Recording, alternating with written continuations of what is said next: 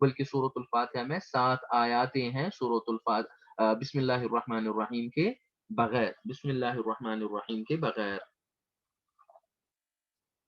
تو اس کے بعد کہتے ہیں وَيَسُنُّ كِتَابَتُهَا، اور سنت ہے بسم اللہ الرحمن الرحیم کو لکھنا۔ اب یہ نماز کے بغیر اس میں ایک اور حکم بیان کرتے ہیں جس کا نماز کے ساتھ تعلق نہیں ہے، نماز کے بغیر ایک حکم بیان کرتے ہیں، کہتے ہیں وہ یسن کتابتها، اور سنت ہے اس کا لکھنا، یعنی بسم اللہ الرحمن الرحیم لکھنا اوائل الکتب، جب بھی کوئی شخص کتاب لکھتا ہے اس کتاب کے ابتدا میں اول میں بسم اللہ الرحمن الرحیم پہلے لکھنا، یہ سنت ہے۔ کما کتبها سلیمان علیہ السلام، جیسے کہ سلیمان علیہ السلام نے لکھا ہے، جیسے کہ سلیمان علیہ السلام نے لکھا ہے جب اس نے خط بلقیس کو بھیجا، سلیمان علیہ السلام نے جب بلقیس کو خط بھیجا تو اس میں تھا بسم اللہ الرحمن الرحیم۔ وَكَمَا كَانَ النَّبِيُّ صلی اللہ علیہ وسلم يفعل، اور جیسے کہ نبی صلی اللہ علیہ وسلم کرتے تھے، تو رسول اللہ صلی اللہ علیہ وسلم بھی جب کوئی خط لکھتے تھے، کچھ لکھتے تھے، تو اس سے پہلے بسم اللہ الرحمن الرحیم لکھتے تھے۔ جیسے کہ ہرقل کو خط بھیجا تو اس میں لکھا بسم اللہ الرحمن الرحیم من محمد الى عظیم الروم، ٹھیک ہے، سلام علی من اتبع الہدی، تو اس میں پہلے بسم اللہ الرحمن الرحیم لکھا۔ تو یہ سنت ہے کہ کتاب سے پہلے کوئی کتاب، اسلامی کتاب آپ لکھیں گے اس سے پہلے بسم اللہ الرحمن الرحیم لکھنا، یا کسی کو خط بھیجیں گے اس سے پہلے بسم اللہ الرحمن الرحیم لکھنا، یہ سنت ہے۔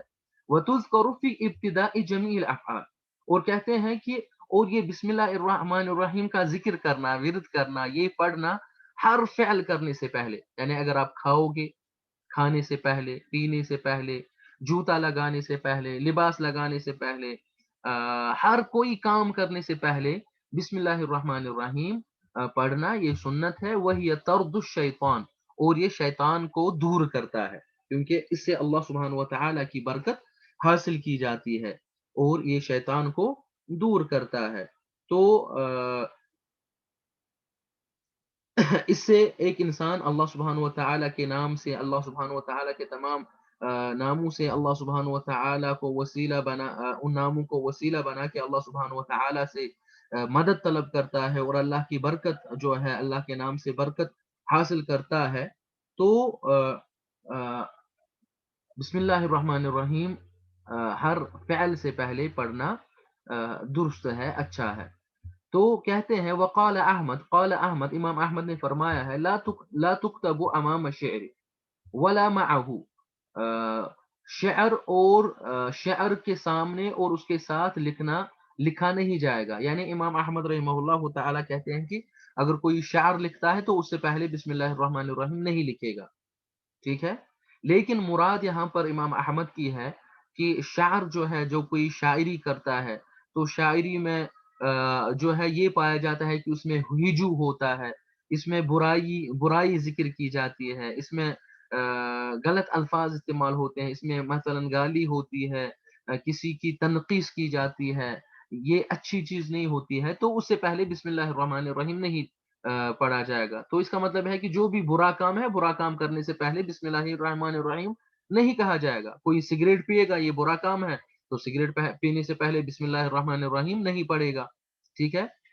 لیکن اگر شعر اچھا ہو، جس میں امر بالمعروف ہو، نہی عن المنکر ہو، اللہ کی تعریف ہو، رسول اللہ صلی اللہ علیہ وسلم کی تعریف ہو، تو اس سے پہلے بسم اللہ الرحمن الرحیم لکھنا بہت ہی اچھا ہے اور بہت درست ہے۔ اور اس کے بعد کہتے ہیں ثم يقرأ الفاتحة مرتبة متوالية مشددة، جب اعوذ باللہ من الشیطان الرجیم پڑھے گا، اس کے بعد بسم اللہ الرحمن الرحیم پڑھے گا، اس کے بعد سورۃ الفاتحہ پڑھے گا، لیکن ترتیب کے ساتھ، مرتبتاً، ترتیب کے ساتھ پڑھے گا، متوالیتاً،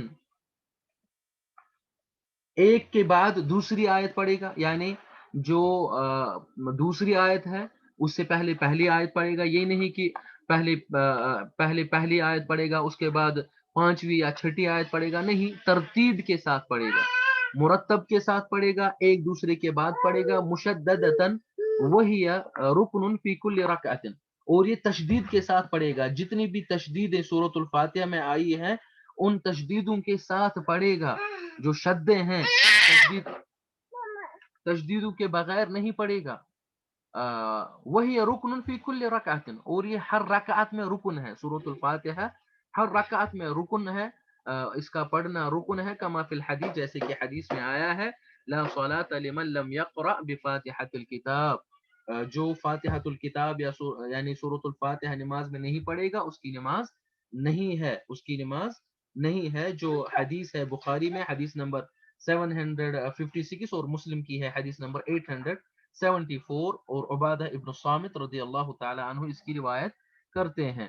تو وَتُسَمَّى ام القرآن، اور سورۃ الفاتحہ کو ام القرآن بھی کہتے ہیں، کیونکہ لأن فیها الہیات، کیونکہ اس میں الہیات ہے، والمعاد معاد ہے، والنبوات ہے، واثبات القدر ہے. ٹھیک ہے، تو یہ سب چیزیں اس میں ہیں. تو اس کے بعد سورۃ الفاتحہ پڑھے گا، اور وہ سورۃ الفاتحہ پڑھنا نماز کے ارکانوں میں سے ایک رکن ہے. وصلی اللہ تعالی علی خیر خلقہ محمد وعلی آلہ وصحبہ وسلم.